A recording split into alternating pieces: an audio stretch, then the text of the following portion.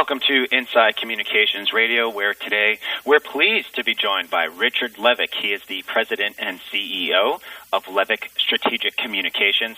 They are a crisis and public affairs communications firm. Richard, thanks for joining us on Inside Communications. Mike, thank you so much.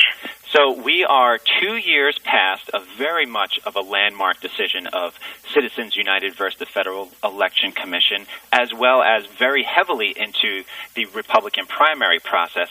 How has that decision by the Supreme Court affected the political process?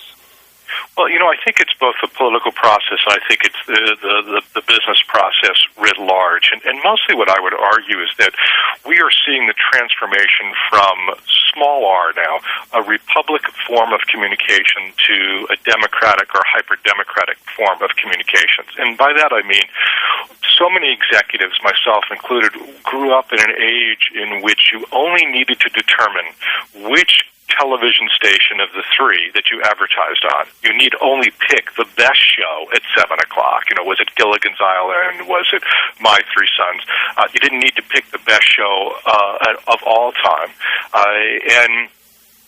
You only needed to pick between the AM and PM newspaper, and the liaisons, the journalist or the bookers or the advertising agents, really made you, by that decision, made you an expert on communications. Now, we all know that brands are controlled as much by our customers as they are by the companies themselves. And I think that whether it's Citizens United or whether it's Bank of America and it's the decisions in the past regarding fees, or Netflix find that brands are in control of others much more quickly than we ever thought possible. Now, you mentioned that quickness. The news cycle used to be, as you mentioned, the AM or PM newspaper, the evening newscast. But right now we're in a 24/7 news cycle where what's news at 9 a.m. isn't even necessarily the top story on the 6 o'clock news, let alone the 6:30 national news. How has that time frame affected some of these decisions by corporations? A few thoughts here. One, we're really in a 1440 news cycle, that is every minute of every day is its own news cycle. And I think that television news, or news at the top of the hour, really is an antiquated concept. I cannot comprehend how any television station now uses the phrase exclusive. I don't know what that means. Exclusive 3 minutes ahead of when somebody else had it. It certainly doesn't mean exclusive before Twitter had it. I think it's much more a shared sense.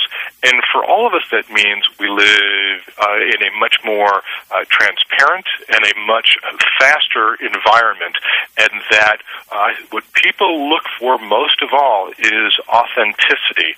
And I think for companies what it means is that the customer relationship, the user experience is paramount. It's key. Let's take a look. Let's peel back that onion a little bit. The customer experience with a corporation when the corporation makes a political donation. In the past, these things may just have wound up on some sort of master list that people can access at their local library or in some film that no one would ever go to. But now, with websites and news organizations dedicated just to investigating the donation process, and now with super PACs and everything that's going on, so much scrutiny and so much pressure being put on these donations from a scrutiny standpoint, how does a corporation deal with that internally when they are going to make a donation? How does that affect their public image and the image that they want to present to the customers? That companies, it's a great question. I think that companies really need to understand that their brand becomes their political donation. And that is, they will be defined, despite all the other marketing and advertising they may do, they will now increasingly be defined by the political donations that they make. And I think that the limits of Citizens United, to the extent that it has any limits at all, and it doesn't in the political marketplace, but it does in the communications marketplace, and that is that if you think that you want to position your otherwise community-based company as very far to the right or very far to the left in how you make your donations, you're going to quickly be defined by large numbers of consumers who no longer want to shop or purchase your products because they think that defines you. And I think that for companies, they're going to find the very same thing that's been true for political candidates and singular votes is now increasingly true for companies. And you don't need to go much further than Susan G. Komen over the last few weeks to see how a single decision defines a charity that made $2 billion in gifts over the last 3 decades, and that as a result, people had very strong feelings and made very quick decisions. You're listening to Inside Communications Radio. I'm Mike Bako, and we're pleased to be joined still by Richard Levick. He is the president and CEO of Levick Strategic Communications. You touched on the Susan G. Komen crisis communication moment about pulling back funding from Planned Parenthood. You also focus a bit on Target's donation to a group, and you mentioned what the public's perception is of that donation in light of who they're donating to. Now, Target, as you point out, made the donation as a pro-business group sponsoring the very conservative candidate who also had not the best record when it came to gay rights. Talk a little bit to me about Target and how that affected their perception in the eyes of consumers. Well, Mike, I think it's the same issue that we were talking about before, which is Target has spent nearly a decade in repositioning itself for consumers who are at the upper end of the middle class continuum, looking to buy products at a discount without without putting themselves in a position of walking into a Walmart, if you will. I mean, they've really moved to the upper end of that market, and I think very effectively.